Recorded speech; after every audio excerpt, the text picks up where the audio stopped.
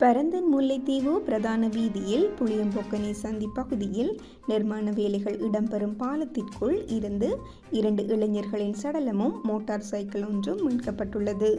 உயிரிழந்த இருவரும் இதுவரை அடையாளம் காணப்படாத நிலையில் சம்பவ இடத்திற்கு வருகை தந்த கிளிநொச்சி நீதிவான் நீதிமன்ற நீதிபதி சடலங்களை பார்வையிட்டதுடன் உடல் கூற்று பரிசோதனைக்காக கிளிநொச்சி மாவட்ட வைத்தியசாலை சட்ட வைத்திய அதிகாரியிடம் ஒப்படைக்குமாறு உத்தரவிட்டார். இச்சம்பவமானது விபத்தா அல்லது கொலையா என்பது தொடர்பான மேலதிக விசாரணைகளை போலீசார் மேற்கொண்டார்.